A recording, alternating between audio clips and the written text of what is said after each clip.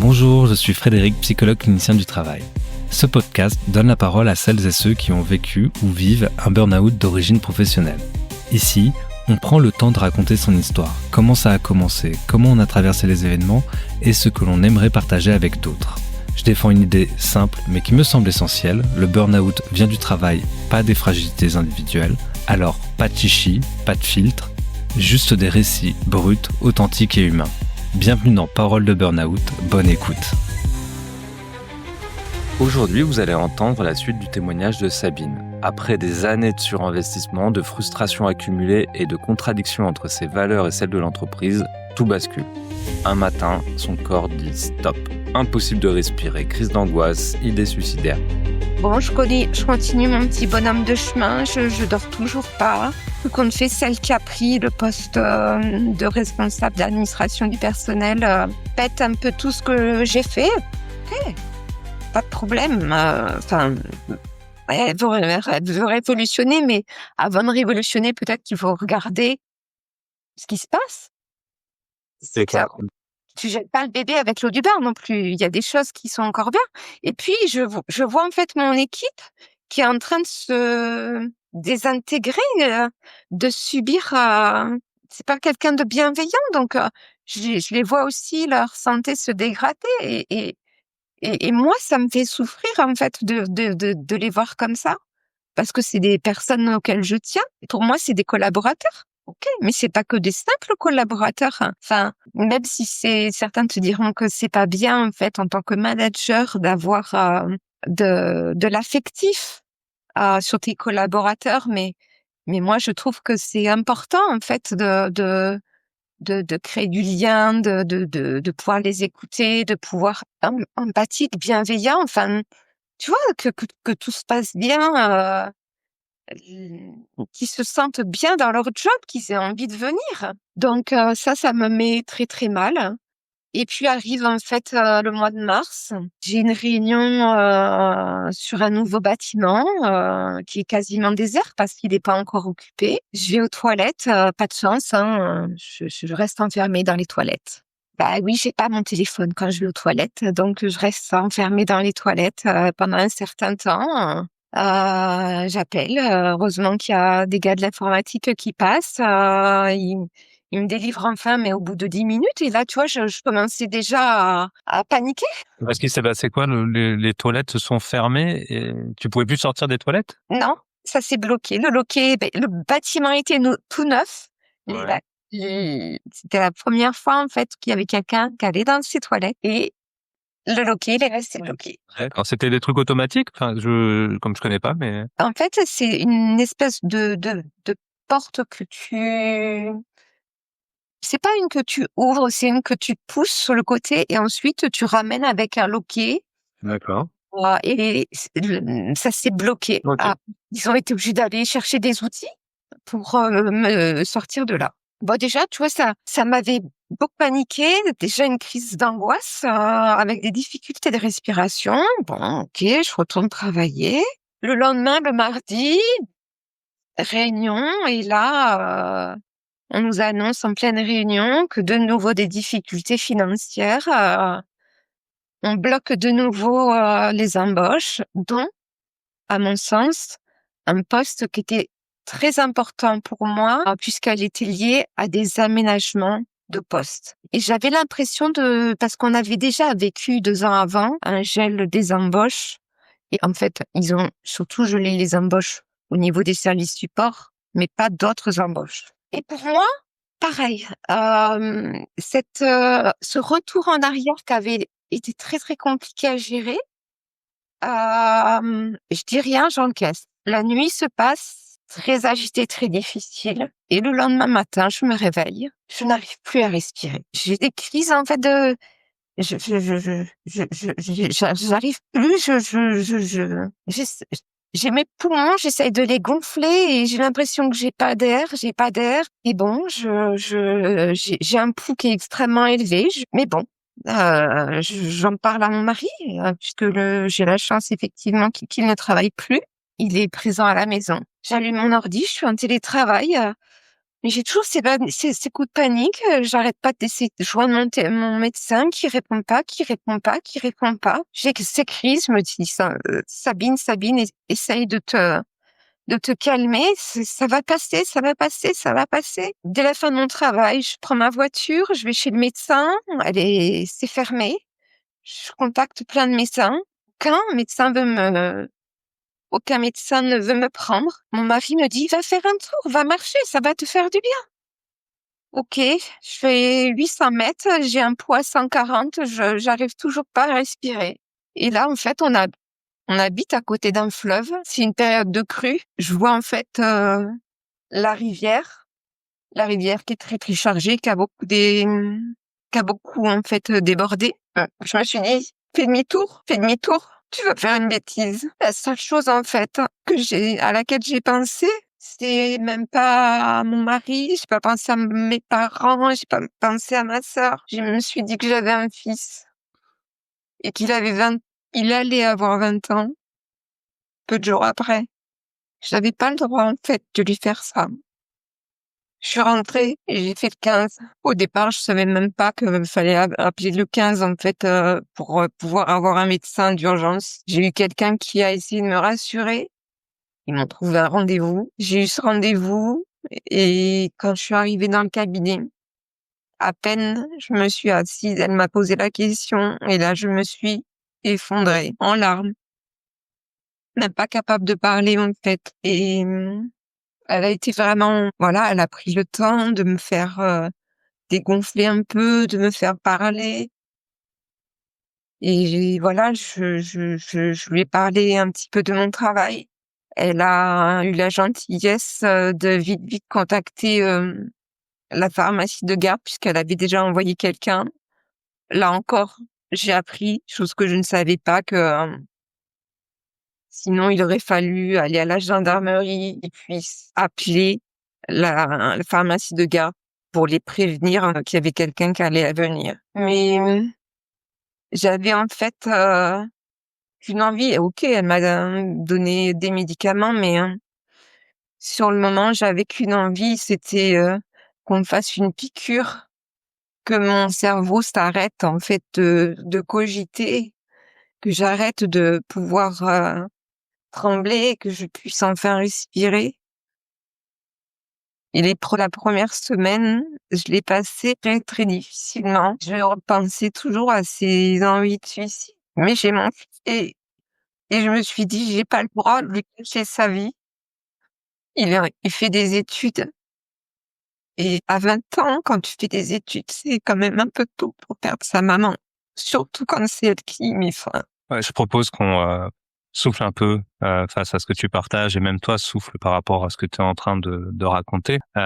C'est excessivement intense, très douloureux aussi. Alors, ce qu'on entend en tous les cas, et ce que j'entends moi dans ce que tu viens de partager, c'est que là, tu voyais plus comment sortir de la situation dans laquelle tu étais et la seule voie de sortie que tu imaginais, c'était celle-ci et ce qui t'a retenu finalement, c'est ton fils et heureusement, tu es encore là avec nous, parce que, ça aurait pu être, le risque d'un drame, en tous les cas.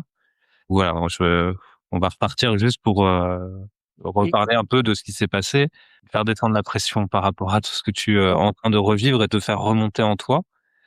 Voilà, donc tu as ce moment où, en tous les cas, là, ça va trop loin et finalement tu es pris en charge de manière assez difficile parce que du coup, tu as eu du mal à trouver en tout cas une réponse à ton appel au secours et ensuite finalement tu es arrêté. Mais bon, c'est pas si simple que ça. Ça reste quand même quelque chose, où tu vis mal en tous les cas cette première semaine d'arrêt. Comment tu en sors de tout ça? Comment tu fais pour aller mieux après? en fait, forcément, le médecin de garde te fait juste un arrêt pour quelques jours. J'ai pu voir mon médecin qui m'a prolongé, bien évidemment, et qui m'a mis des anxiolytiques et des trucs pour dormir, pas mal de choses. Et voilà, je suis restée léthargique quand même pendant longtemps, avec beaucoup de pleurs et surtout, tu sais, le fait de se dire: «Mais qu'est-ce que je vais faire?» qu'est-ce que je vais faire de ma vie, en fait? Hem, parce que j'aime mon travail, hem, mais j'aime aussi certaines activités et le fait, en fait, de faire des crises de panique, et qui m'ont empêchée de respirer, pour moi, je me suis dit: «Mais je vais perdre tout ce que j'aime comme loisir». Moi, ce que j'aime, c'est les voyages, donc tu prends l'avion, et je me suis dit: «Je vais jamais réussir à pouvoir, reprendre un avion parce que tu es enfermé, en fait, et si je fais une crise, qu'est-ce qui va se passer?» Parce que c'est la peur, en fait, de ma réaction. C'est-à-dire, si je suis en crise, est-ce que je vais faire une folie à essayer de vouloir ouvrir la porte de l'avion? Enfin, tu vois, j'en étais arrivée là, et ce que j'aime, c'est faire de la plongée. Tu peux pas, en fait, faire, de la plongée quand tu arrives pas à respirer ou quand tu fais des crises, de panique. Donc, mais je me suis dit: «Bon, je suis forte». Quand j'ai revu le médecin, donc fin avril, je lui ai dit: «Je veux reprendre le travail». J'étais arrêtée depuis, le 7, mars. «Je veux reprendre le travail». Elle m'a dit: «Il faudra passer d'abord par la case médecine du travail». Je vois le médecin du travail, il connaît bien évidemment l'entreprise. Ouais. Il est déjà alerté sur les risques psychosociaux dans l'entreprise, notamment sur les risques des services support. Il m'a dit: «Je refuse que vous repreniez le travail». J'étais encore dans ce déni, en fait. Je l'ai été pendant des mois dans le déni avant de faire ma crise, mais même, en fait, après avoir fait ma crise, j'étais toujours dans le déni. Pour moi, il fallait que je retourne travailler parce que mon job, il avait été découpé en 2, et donc j'avais deux collègues qui étaient aussi responsables des ressources humaines, qui allaient prendre mon job. J'allais leur rajouter de la tâche, en fait. Déjà, il y a la honte de la maladie, il y a, de la culpabilité parce que, on fait partager, en fait, ton boulot sur les autres, et le médecin du travail m'a dit: «Non, non, je vous fais pas reprendre, même à temps partiel thérapeutique, je vous revois dans un mois». En juin, je l'ai revu. Il m'a dit: «Bah, écoutez, je vous reverrai, mais pas avant le mois de septembre». Et en fait, j'ai commencé donc, à faire, un travail avec une psychologue. Hem, j'ai aussi, à partir du mois d'août, parce que les traitements faisaient pas effet, en fait, dormais toujours pas, j'ai commencé à voir un psychiatre, qui a changé les traitements, et c'est uniquement à partir de septembre-octobre où je me suis dit, heu, où j'ai compris, j'ai enfin arrêté d'être dans le déni. Heu, il m'a fallu vraiment beaucoup de temps depuis être dans le déni et me dire: «Mais c'est mon job qui m'a rendue malade, en fait». Qu'est-ce Et qui je t'a fait prendre conscience de ça, de cet élément-là? je pense que c'est beaucoup avec le travail de la psychologue.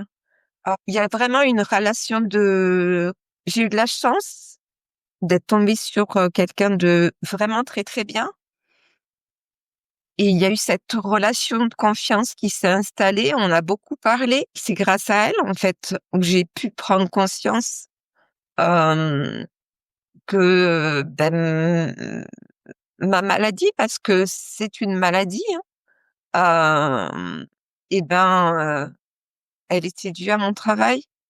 Elle est pas due, en fait, à, mes compétences, parce que moi, forcément, j'avais je me suis dit que, ben non, tout compte fait, j'étais faible, moi qui me croyais forte, j'étais faible, je remets en doute, mes capacités, mes compétences, enfin, j'ai perdu de l'estime de moi, heu, enfin, tout s'est écroulé, et c'est vraiment ce travail avec elle qui m'a fait comprendre que, ben non. Après, c'est pareil, j'avais toujours quand même des relations avec mon équipe, hem et et eux aussi, ils ont essayé de me dire: «Mais non, tu nous as toujours très, très bien traités, en fait, on avait plaisir à travailler ensemble».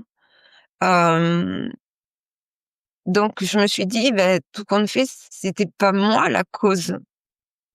C'était mon travail, mais il m'a fallu du temps pour me le dire. Et puis c'est pareil, en fait, la maladie, elle est mal comprise, elle est mal perçue. Hem, c'est, c'est pas une maladie qu'on voit, en tout cas, on on peut la voir à la rigueur, par mes tremblements parce que je tremblais énormément, mais je cachais mes mains, en fait, pour pas que ça se voie.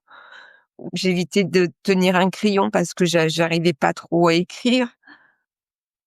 J'avais arrêté de prendre soin de moi, moi qui étais toujours apprêtée, maquillée, les gens effectivement qui me connaissaient, ils peuvent voir effectivement les changements, mais ceux qui me connaissent pas vont pas voir.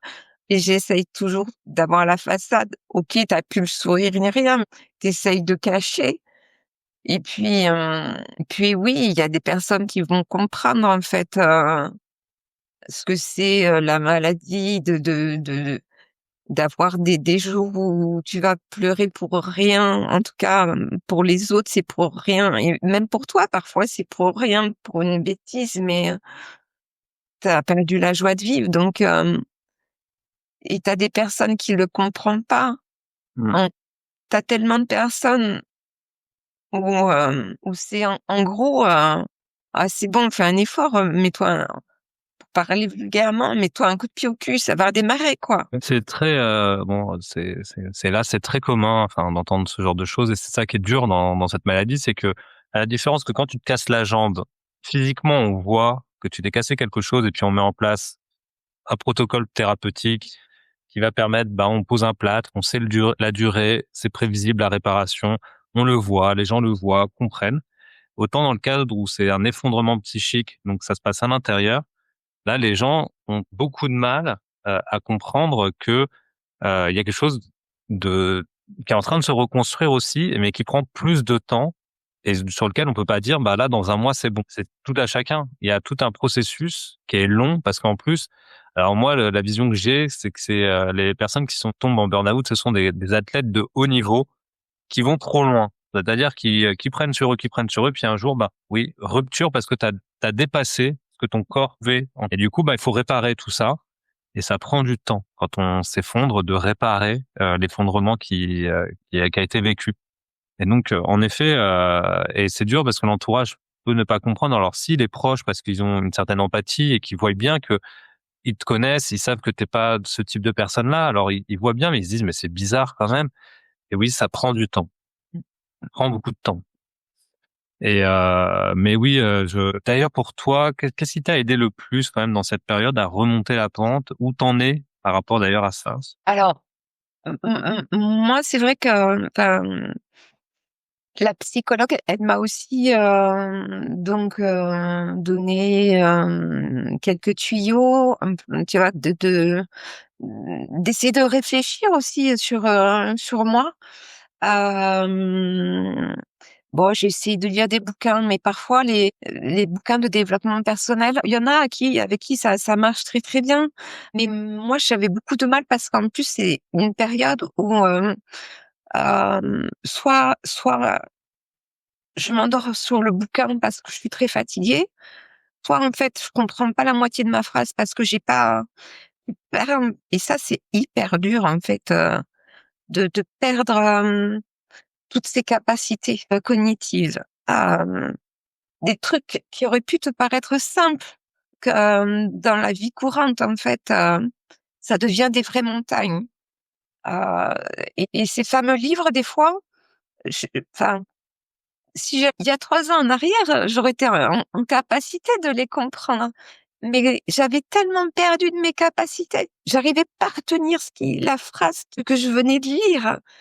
Hem, donc elle m'a plutôt effectivement, heu, donné quelques conseils autres d'essayer de chercher en moi, les choses que j'avais fait bien jusqu'à maintenant, quelles avaient été mes réussites jusqu'à maintenant pour ne pas me focaliser sur que les points négatifs.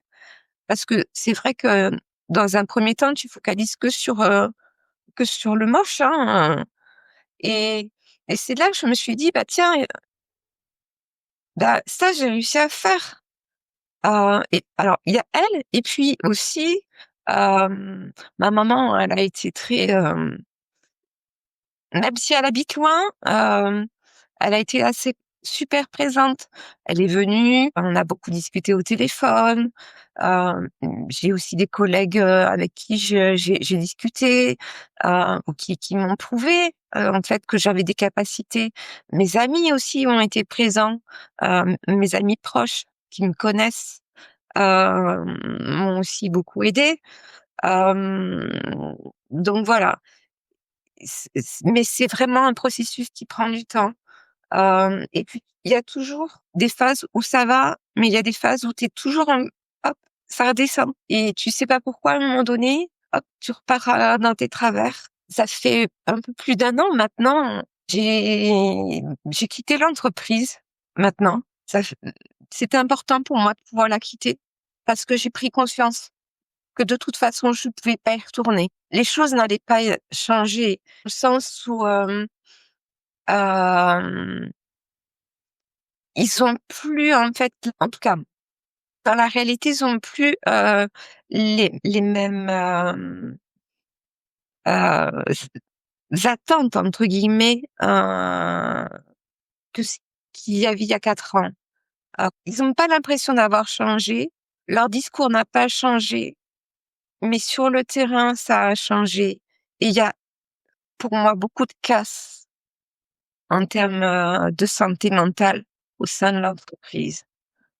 Et je savais en fait, euh, moi, même si entre guillemets je me réparais, j'ai des valeurs, j'ai des besoins. Hum, quand je dis j'ai des besoins et des valeurs, c'est le respect, la bienveillance, euh, de travailler en fait dans des bonnes conditions, euh, de respecter la législation du travail. Et je savais très bien que ça allait pas changer. Y retourner, je ne sais pas me blinder. Je ne sais pas, en fait, me dire, je m'en fous, je vais travailler pour un salaire qui est certes super bien et que je ne retrouverai pas parce que j'avais été augmenté, en fait, juste avant. Mais je peux pas, en fait, travailler pour quelque chose qui ne me correspond pas. Hmm. Ouais. Résultat, je savais que si j'y retournais, j'allais de nouveau, en fait, mettre en danger ma santé. Je l'ai fait une fois. Le risque, enfin, les statistiques, elles sont vraiment pas bonnes. C'est-à-dire que quand tu l'as fait déjà une fois, tu as déjà de fortes probabilités. Alors si je reviens dans les mêmes conditions, euh, est-ce que j'aurais cette capacité de plus d'encore repenser à mon fils pour ne pas faire de bêtises? Alors, enfin, vraiment, je pense que c'est bien que tu prennes soin de toi maintenant et que la priorité reste ta santé, ta reconstruction. Ça prend du temps, c'est sûr, c'est douloureux et c'est pas simple. Et voilà, c'est une épreuve que tu traverses. Et voilà, c'est une bonne boussole de se dire ce qui compte maintenant, c'est toi et ton bien-être. On va arriver au terme de notre échange. Ça va faire déjà presque 1 heure que nous échangeons ensemble. Pour le coup, je te remercie infiniment pour tout ce que tu as partagé. Bon, alors c'était très intense. En plus, voilà, des événements très durs, limite dramatiques, qui auraient pu arriver. Pour le coup, là, je t'offre un espace pour ton dernier message. Est-ce que tu as quelque chose que tu voudrais dire aux gens qui nous écoutent? C'est moi qui ai guidé l'entretien et peut-être que tu aurais un regret de quelque chose que tu aurais voulu partager et que tu n'as pas pu jusqu'à présent. Qu'est-ce que tu as envie de dire à celles et ceux qui nous écoutent et quel message ou qu'est-ce que tu aurais voulu partager que tu n'aurais peut-être pas pu là et que tu aimerais? Et donc voilà, c'est ton moment que je te laisse pleinement profiter. Moi, j'ai vraiment envie de dire, attention. Attention de pas être dans le déni. Il y a plein de signaux d'alerte. Il y a plein de signaux d'alerte. Il faut surtout pas les négliger. Pour soi-même, Et quand on voit en fait quelqu'un, un membre de son équipe ou un membre de l'entreprise qui présente déjà des signes de fatigue, d'irritabilité, ou quelqu'un effectivement qui soit qui devient sarcastique ou soit qui se détache des autres, etc. Attention, essayez de pouvoir communiquer. Ouvrez-vous. N'ayez pas peur et n'ayez pas de honte à parler, que ce soit à un manager, à des personnes membres des ressources humaines, au CSE, à la direction, à la médecine du travail, à l'inspection du travail si besoin. Parce qu'à un moment donné, il faut pouvoir trouver une solution pour pouvoir décharger ce trop-plein de travail. Il faut qu'effectivement, il y ait quelque chose de fait là, immédiatement. C'est pas prendre 2 jours de repos, ça ira mieux. Non, c'est pas vrai. C'est pas attendre dans 6 mois, ça va changer. Non, c'est pas vrai, c'est maintenant. Donc vraiment, prendre soin de soi-même et prendre soin des autres. Merci beaucoup pour ces derniers mots et je te remercie encore une fois d'avoir témoigné sur ce podcast. Je vais mettre fin à l'enregistrement et puis on va rééchanger entre nous. Ok, merci. Alors, gérer l'enregistrement, arrêter, tac, arrêter l'enregistrement, sera sous un Google Drive de l'organisateur de la réunion. Et voilà, cet épisode arrive à sa fin. Merci d'avoir écouté jusqu'au bout, j'espère que ce témoignage vous aura touché, fait plaisir ou simplement parlé. On se retrouve la semaine prochaine pour un nouvel épisode. En attendant, vous pouvez me suivre sur LinkedIn ou Facebook pour rester connecté. Prenez soin de vous et à très vite.